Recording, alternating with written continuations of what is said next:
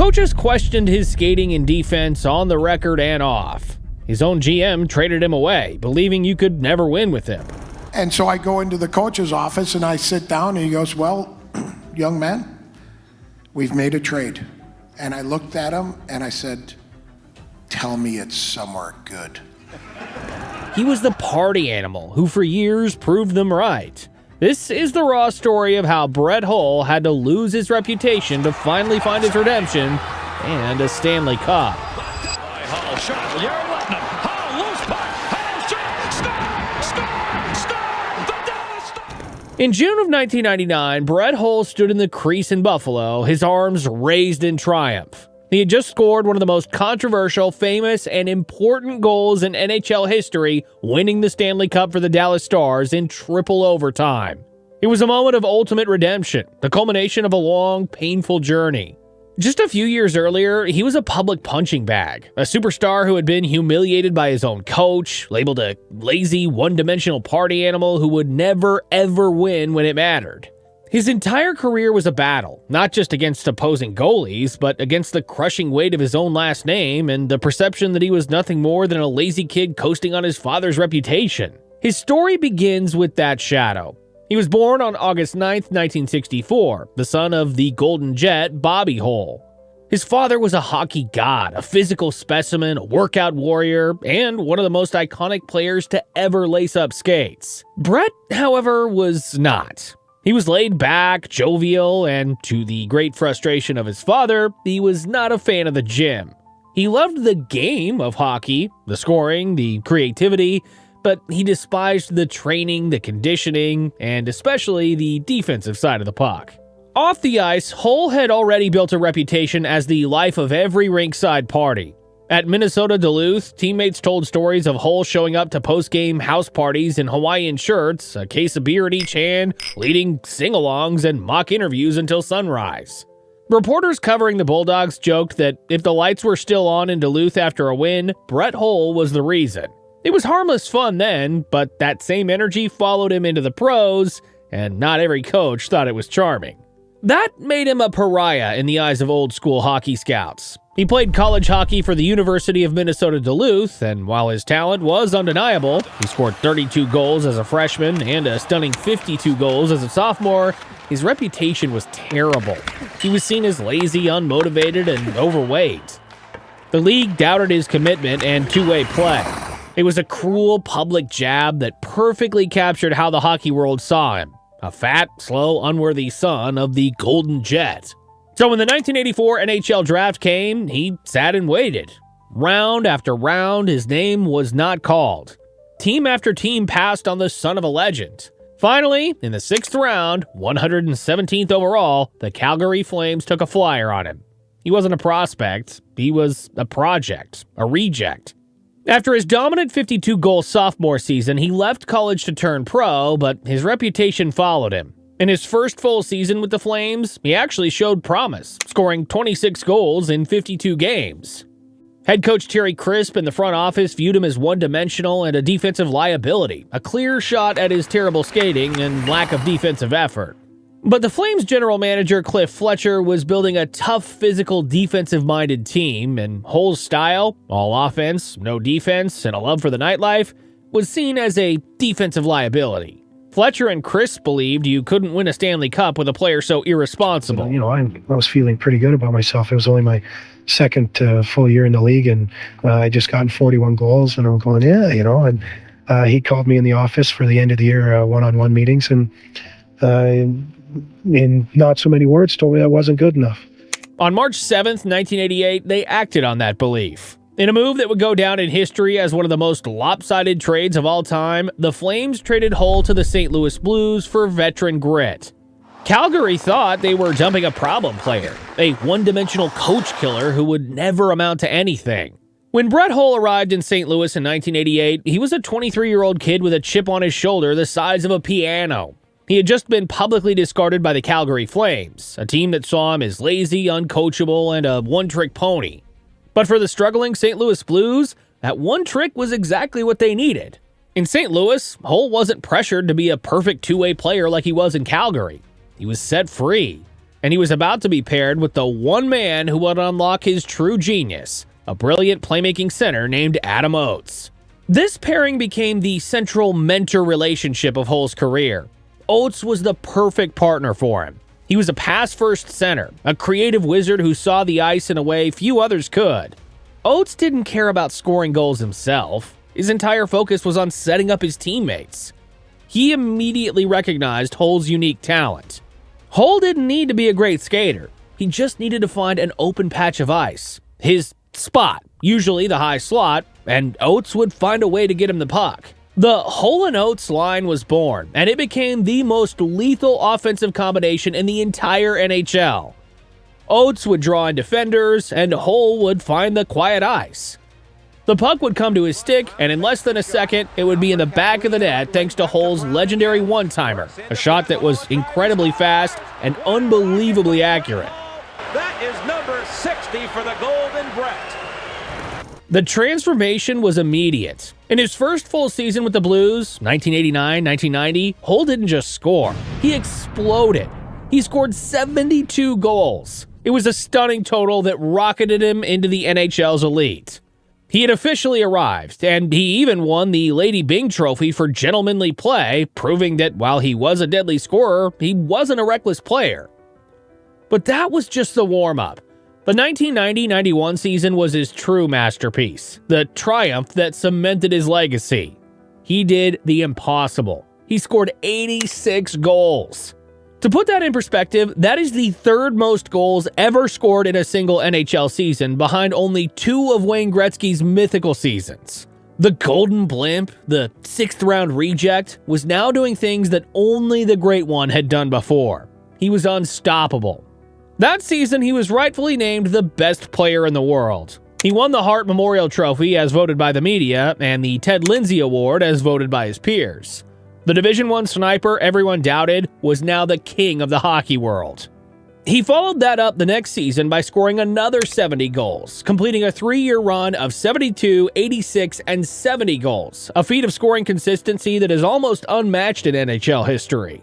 He was also named the captain of the Blues. But this is where the duality comes in. While he was a god on the ice, he was a party animal off of it. This was his flaw, and he was completely unapologetic about it. Hull was the king of the St. Louis nightlife. He was famous for his love of the bar scene, for staying out late, and for his relaxed, jovial attitude. He was the anti-superstar, the guy who felt more at home with a beer in his hand than in a gym. The reputation wasn't just whispers. It became part of his public brand. Years later, he literally co-opened a bar with Mike Modano in Dallas, Holy and Mo Restaurant and Taproom, leading into the good time image fans already knew. He later attached his name to another sports bar in the St. Louis area. The Ambassador of Fun tag that followed him around in front office roles wasn't invented out of thin air. It was shorthand for how openly he embraced the nightlife side of hockey culture. One night after a road game, Hull and teammate Kelly Chase found themselves with the coach's Jaguar in a nightclub parking lot at 3:30 a.m., beers in hand. He goes, okay, let's meet up there. So I come up in the offices. He thinks I'm going to bring my car around to there. He goes, where's your keys? I go, I don't have a car. I came with Shanahan. He goes, I don't have a car. He goes, you know him, Jesus Christ. When the keys snapped in the frozen lock, nightclub security recognized them, broke out a bottle of rum, and built a bonfire in a trash can for the impromptu tailgate. He's the MVP of the league, so everyone knows who he is. And I get outside and I walk over to the car and I'm fiddle f***ing around with the key. And I snap the key off in the door. It's just about daylight. I snap a key off and I go, I broke the... Great job, Mitzi. 2 hours later, they stumbled into morning practice and Hull tossed the Jaguar keys on the coach's desk as if nothing had happened. This lifestyle, combined with the team's repeated failures in the playoffs, started to create a toxic narrative. Sure, he could score 86 goals in the regular season, the critics said, but you can't win a Stanley Cup with a player so defensively irresponsible. His style was seen as selfish, and his captaincy was questioned. He was a superstar, but he was a one-dimensional one. This tension between his on-ice genius and his off-ice persona was a ticking time bomb. And in 1994, the man with the match arrived. The Blues, desperate to win a cup, hired Mike Keenan as both head coach and general manager. Keenan was a brutal old-school disciplinarian, and he despised everything Brett Hull stood for. The stage was set for one of the most infamous and satisfying downfalls in sports history. When Mike Keenan arrived in St. Louis in 1994, he was given total control as both head coach and general manager, and he had a clear mandate. Take this talented, high-scoring team and turn it into a Stanley Cup champion. In Keenan's mind, the problem wasn't the roster. It was the culture. And the face of that culture was the party animal captain, Brett Hull. From day one, it was a clash of two massive egos. Hull, the freewheeling, unapologetic offensive genius who hated practice and defense. And Keenan, the brutal old-school disciplinarian who demanded blind obedience and believed champions were won with grit and defensive structure, not just talent. Keenan didn't see an 86-goal scorer. He saw a defensive liability. And so, he began a public, systematic campaign to tear down his own superstar. Keenan immediately declared war on Hull through the media. He publicly berated his captain's effort.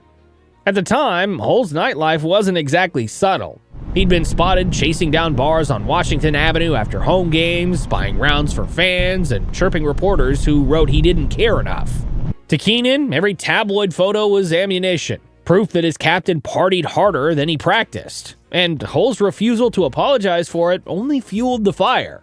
The nightlife stories were sometimes straight from the room. Teammate Kelly Chase has told how, on a Montreal trip, he had to drag Hull out of the Chez Paree strip club the night before a game, only for Hull to light it up anyway, bragging about the stop after practice. Those kinds of tales fed Keenan's narrative, that his captain partied harder than he practiced, and they played in the papers whether the team won or lost. Keenan famously said Hull played a one-dimensional game, and that the team could never win a championship with him as its leader. He criticized his off-ice habits, using Hull's party animal reputation as ammunition to prove he wasn't a dedicated professional. For Hull, this was a complete shock. He had been untouchable, the king of St. Louis. Now he was being publicly humiliated by his own coach. The feud escalated, creating a toxic, divided locker room. But, I will never forgive him for what he did while he was here and what he did to this organization. The Hull and Oates magic was gone as Keenan traded Adam Oates to Boston, a move many saw as a direct shot at Hull, taking away his setup man to prove he couldn't succeed on his own. The war reached its absolute rock bottom in 1995. In a stunning, almost unprecedented move of pure dominance, Keenan publicly stripped Brett Hull of the captaincy. He didn't just take the C away. He handed it over to Shane Corson, a player who embodied the grit that Keenan valued. It was the ultimate calculated humiliation, a message sent to the entire league that Hull's era of carefree dominance was over. He was no longer the hero. He was the problem. This was Hull's professional fall.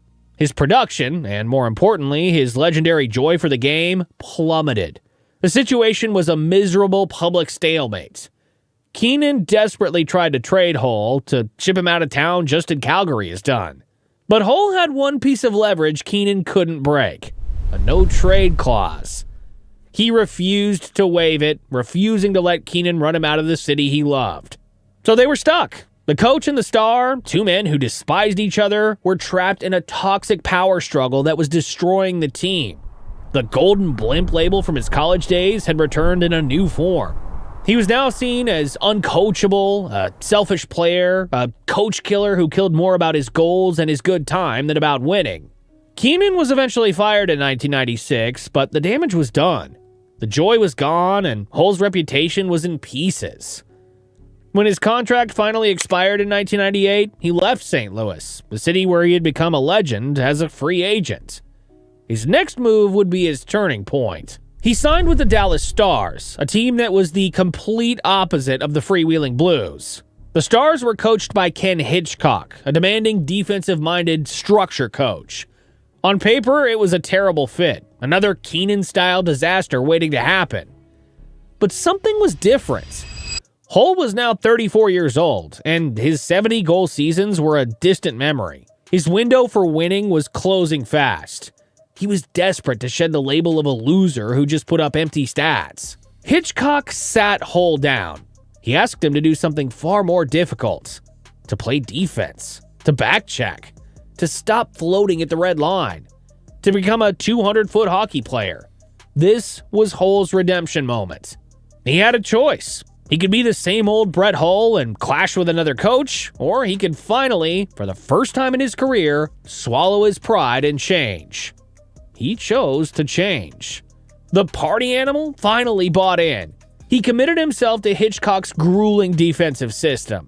He learned to forecheck, to block shots, to be responsible in his own end. He was no longer just a goal scorer. He was becoming a complete hockey player. His goal totals dropped, but his value to the team soared. The transformation was remarkable. The one-trick pony was learning a new trick: how to win. The 1998-99 season was a grueling campaign. Dallas entered the playoffs as back-to-back President's Trophy winners. The Stars were a heavy veteran team built for the playoffs. Hull, playing his new responsible style, still managed to score 32 goals, proving he could be a team player and still be a major offensive threat. But the regular season didn't matter. Hull's entire legacy, his entire redemption arc, hinged on what would happen in the playoffs. The Stars' playoff run was a war. They battled through the first round and then faced the St. Louis Blues in the second. It was a dramatic, emotional series against the very team that had been his kingdom, a team where he had been both celebrated and humiliated. Hull and the Stars dispatched his old team, a moment of personal vindication. After a tough series against the Colorado Avalanche, the Stars had made it. Brett Hull, the man everyone said couldn't win, was going to the Stanley Cup Final. Their opponent was the Buffalo Sabres, a tough, gritty team led by the greatest goalie on the planet at the time, Dominik Hasek. The series was a brutal, low-scoring affair, and it all led to Game 6 in Buffalo. Gary Lettman trying to turn. Shannon held him off. Score! The pass came out in front and trickled in off skates. Tied. Primo trying to move it in. Did. Shot. Score! Sports turns it up. The game was a defensive masterpiece tied 1-1. It went into overtime, then double overtime. The players were exhausted, battling for every inch of ice. It became one of the longest games in Stanley Cup Final history, stretching late into the night into triple overtime. And then, the moment happened.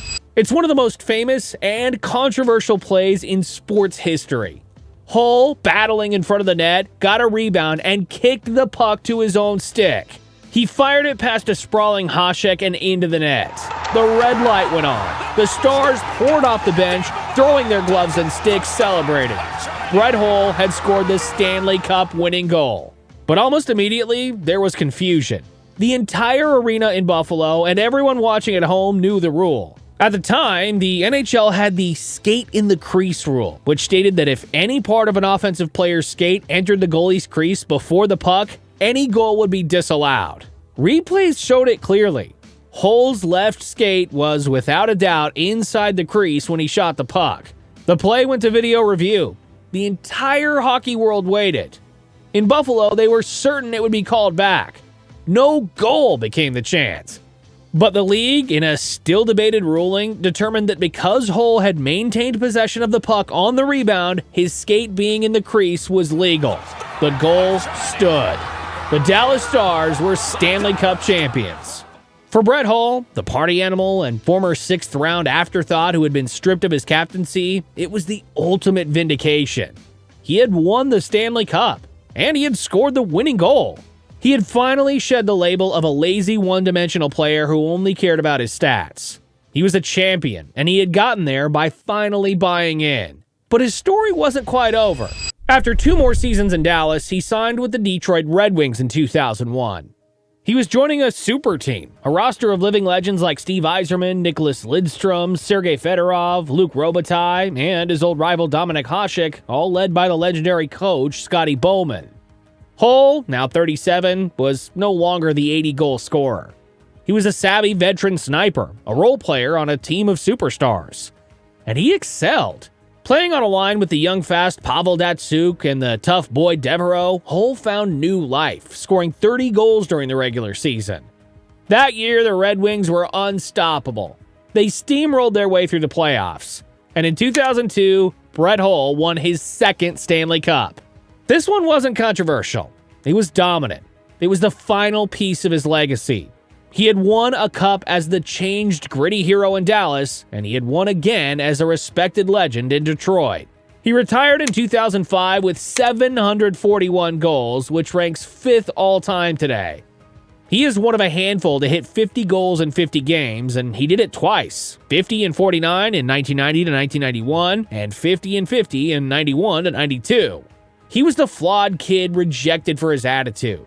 He hit rock bottom, publicly humiliated by Mike Keenan.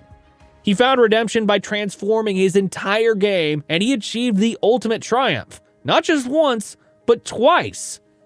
The party animal had finally become a legend. He was the 6th-round reject who turned into one of the most dangerous goal scorers ever. From overlooked to unforgettable, that's how you rewrite the damn script. If you could bring back one NHL legend in their prime, who's your pick? Hit the comments, you dusty pigeons, and try not to embarrass yourselves. The next story's already on the burner, so smash that subscribe button before your Wi-Fi pulls a groin. And if you want to ride with the Skates and Scars crew, hit join and show us you've actually got some jam, not just beer league cardio.